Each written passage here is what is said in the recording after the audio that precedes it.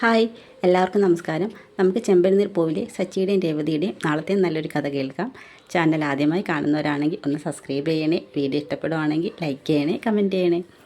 അങ്ങനെ നമ്മുടെ ശ്രുതിയെ കാണാൻ വേണ്ടി രാത്രി വീട്ടിൽ നിന്ന് ഇറങ്ങുകയാണ്. അത് കാണുന്ന ചന്ദ്രമതി ചോദിക്കും, നീ എങ്ങോട്ടാണെന്ന് ചോദിക്കും. അത് അമ്മ, എനിക്ക് ശ്രുതി ഒന്ന് കാണണം. എൻ്റെ കുഞ്ഞല്ലേ അമ്മ, അവളുടെ വയറ്റിൽ വളരുന്നത്. ഞാൻ എൻ്റെ കുഞ്ഞിനെ സ്വപ്നം കണ്ടു. എനിക്ക് അവളെ കാണാതിരിക്കാൻ പറ്റത്തില്ല. അവൾ തെറ്റുകൾ ചെയ്തിട്ടുണ്ട്, ഇല്ലെന്ന് ഞാൻ പറയുന്നില്ല. പക്ഷേ ഇപ്പോഴത്തെ സാഹചര്യത്തിൽ ശ്രുതിയെ നമുക്ക് കൂട്ടിക്കൊണ്ടുവരാം. വർഷയ്ക്ക് ഇവിടെ കിട്ടുന്ന കണക്കുള്ള പരിഗണന ഈ സമയത്ത് ശ്രുതിക്കും കിട്ടേണ്ടതില്ലേ എന്നൊക്കെ ചന്ദ്രമതി അടുത്ത് പറയുന്നുണ്ട്. അവസാനം ചന്ദ്രമതിക്ക് മനസ്സിലാവുന്നുണ്ട് ശ്രുതിയെ കാണാതെ ശ്രുതി അടങ്ങത്തില്ലെന്നുള്ളത്. അപ്പോൾ ചന്ദ്രമതി പറയും, ശരി, നിൻ്റെ ആഗ്രഹം പോലെ നടക്കട്ടെ, നമുക്ക് അവളെ പോയി കൂട്ടിക്കൊണ്ട് വരാമെന്ന് പറയും. അമ്മേ, സത്യമാണോ പറയുന്നത്? അതെ, നാളെ ആവട്ടെ, നാളെ നമുക്ക് പോയി അവളെ കൂട്ടിക്കൊണ്ട് വരാമെന്ന് പറയും. പക്ഷേ ശ്രുതി കരുതുന്നത് ചന്ദ്രമതി സ്നേഹം കൊണ്ടാണ് ശ്രുതിയെ കൂട്ടിക്കൊണ്ട് വരുന്നതെന്ന്. പക്ഷേ ചന്ദ്രമതി പലതും മനസ്സിൽ പ്ലാൻ ചെയ്തുകൊണ്ടാണ് കൂട്ടിക്കൊണ്ട് വരാമെന്നുള്ള കാര്യം ശ്രുതി എടുത്ത് വാക്ക് കൊടുക്കുന്നത്. അങ്ങനെ രാവിലെ സച്ചിൻ രേവതിയും കൂടി കിച്ചണിലാണ്. ആ സമയത്ത് ചന്ദ്രമതി അങ്ങോട്ട് വരും. വന്നിട്ട് പറയും, സച്ചി, എനിക്ക് നിന്നോടൊരു കാര്യം സംസാരിക്കണമെന്ന് പറയും. എന്താ അമ്മേ? പറയാൻ പറയും. അത് രാവിലെ നീ ഒരു ട്രിപ്പ് പോകാൻ തയ്യാറാവണമെന്ന് പറയും. ട്രിപ്പോ?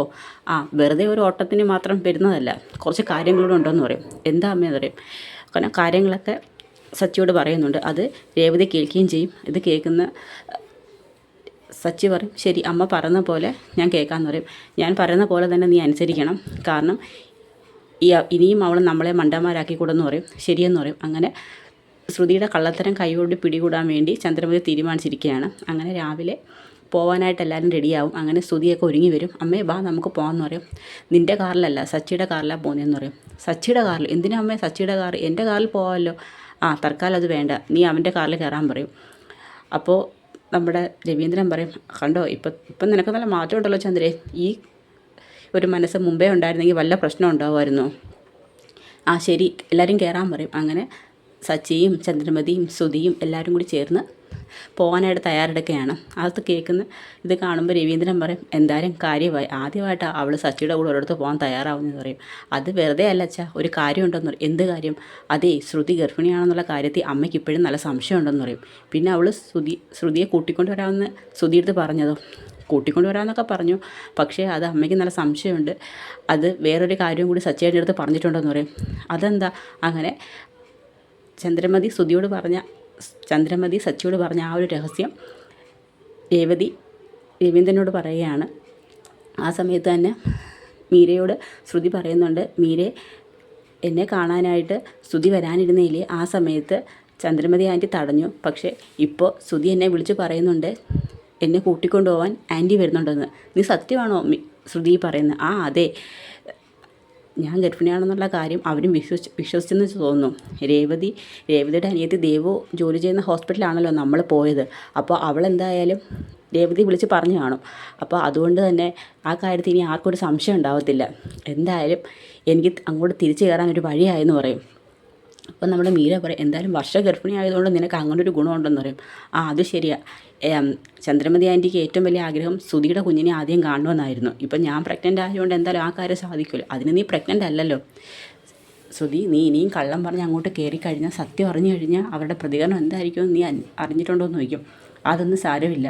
പ്രഗ്നൻ്റ് ആയി കഴിഞ്ഞാൽ പിന്നെ നിന്നെ ഹോസ്പിറ്റലിലേക്ക് കൊണ്ടുപോകാൻ വേണ്ടി നിൻ്റെ ആൻറ്റി തന്നെ ആയിരിക്കും മുൻകൈ എടുക്കുന്നത്. അതൊന്നും സാരമില്ല മീരെ, 1-2 മാസം കഴിയുമ്പോൾ കുഞ്ഞ് അബോഷനായി പോയെന്ന് ഞാൻ കള്ളം പറഞ്ഞോളാം എന്ന് പറയും. നീ വീണ്ടും വീട്ടുകാരെ പറ്റിച്ചുകൊണ്ടിരിക്കുകയെന്ന് പറയും. അതൊന്നും സാരമില്ല. ആദ്യം എന്തായാലും ഞാൻ ആ വീട്ടിലോട്ടൊന്ന് ചെല്ലട്ടെ, അതിനുശേഷം ബാക്കി. എന്നെ ആ വീട്ടിൽ നിന്ന് മുടിക്ക് കുത്തിപ്പിടിച്ച് പുറത്ത് വലിച്ചെറിഞ്ഞത് ഞാൻ മറന്നിട്ടില്ല. അങ്ങോട്ട് ചെന്നതിന് ശേഷം വേണം ആൻറ്റിക്കിട്ട് 2 പണി കൊടുക്കാമെന്നൊക്കെ ഇങ്ങനെ പറയും. ശരി, ആദ്യം എന്തായാലും നീ അങ്ങോട്ട് തിരിച്ച് കയറാൻ നോക്കാൻ പറയും. അങ്ങനെ ശ്രുതിയും പോകാനൊക്കെ വേണ്ടിയെല്ലാം പാക്ക് ചെയ്തൊക്കെ ഇരിക്കുകയാണ്. ആ സമയത്ത് നമ്മുടെ ശ്രുതിയും ചന്ദ്രമതിയും സച്ചിയും കൂടി അങ്ങോട്ട് വരികയാണ്. അപ്പോൾ ചോദിക്കും, അപ്പോഴത്തേക്ക് നമ്മുടെ ശ്രുതിക്കങ്ങ് ഭയങ്കര സന്തോഷവും. ശ്രുതി പോകാനൊക്കെ ആയിട്ട് ഓൾറെഡി റെഡി ആയിരിക്കുകയാണല്ലോ. അപ്പോഴത്തേക്ക് പറയും, ആൻറ്റി ബാ എന്ന് പറയും. അപ്പോഴത്തേക്ക് ചന്ദ്രമതിക്ക് ചെറിയൊരു നീരസമുണ്ട്. ചന്ദ്രമതി പറയും, നീ ചെയ്തു കൂട്ടിയ തെറ്റുകളൊന്നും ഞാൻ ക്ഷമിച്ചിട്ടൊന്നുമില്ല. പിന്നെ നിൻ്റെ ഇപ്പോഴത്തെ കണ്ടീഷൻ അറിഞ്ഞുകൊണ്ട് മാത്രം, പിന്നെ എൻ്റെ മോന് നീ ഇല്ലാതെ ജീവിക്കാൻ പറ്റത്തില്ലെന്നുള്ളൊരു സാഹചര്യമാണ്. അതുകൊണ്ട് മാത്രമാണ് ഞാൻ നിന്നോട് ക്ഷമിച്ചിരിക്കുന്നത്. ശരി, നമുക്ക് പോകാമെന്ന് പറയും. നിന്നെ കൂട്ടിക്കൊണ്ട് പോകാൻ ഞങ്ങൾ വന്നേക്കെന്ന് പറയും. അപ്പം മീര പറയും, ആൻറ്റി എനിക്ക് ചായ എടുക്കാം. വേണ്ട, ചായ ഒന്നും വേണ്ട, എനിക്ക് പെട്ടെന്ന് തന്നെ പോകണമെന്ന് പറയും. അങ്ങനെ ശ്രുതി ബാഗും ഒക്കെ എടുത്ത് പോകാനായിട്ടൊക്കെ റെഡിയാവുകയാണ്. വീണ്ടും അവരെ പറ്റിച്ചെന്നുള്ള ഒരു സന്തോഷത്തിലാണ് ശ്രുതി. അങ്ങനെ ശ്രുതിയും കൂട്ടിക്കൊണ്ട് കാറിലോട്ട് എല്ലാവരും വരികയാണ്. അങ്ങനെ കാറിൽ വരുന്ന സമയത്ത് കാറ് നേരെ പോകുന്ന ചന്ദ്രോദയത്തിലോട്ടല്ല, വഴി തെറ്റിച്ചാണ് പോകുന്നത്. ഇത് കാണുന്ന ശ്രുതി ചോദിക്കും, അല്ല ആൻറ്റി ഇത് നമ്മുടെ വീട്ടിലോട്ട് പോകുന്ന വഴിയല്ലല്ലോ. അല്ല എന്ന് സച്ചി പറയും. പിന്നെ എങ്ങോട്ടാണ് നമ്മളിപ്പോൾ പോകുന്നത്? നമ്മളിപ്പോൾ പോകുന്നതേ ഹോസ്പിറ്റലിലോട്ടോ? എന്തിന്? അത് പാലഘട്ടത്തെ കാണിക്കാൻ. എന്നെ കാണിക്കാനോ? പാലഘട്ടത്ത് ഗർഭിണിയാണല്ലോ, അപ്പോൾ നമുക്ക് ആദ്യം ഹോസ്പിറ്റലിൽ പോയിട്ട് വീട്ടിൽ പോകാമെന്ന് പറയും. അത് കേൾക്കുന്ന ശ്രുതി അങ്ങ് ഞെട്ടുകയാണ്. അപ്പോഴത്തേക്ക് ചന്ദ്രമതിക്ക് ഭയങ്കര സന്തോഷമാവും.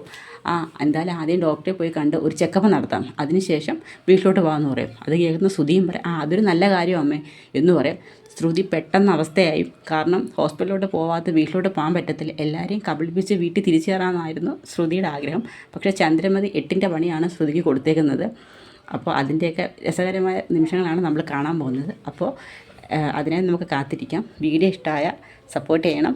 എല്ലാവർക്കും ഒരു നല്ല ദിവസം നേരുന്നു. നന്ദി.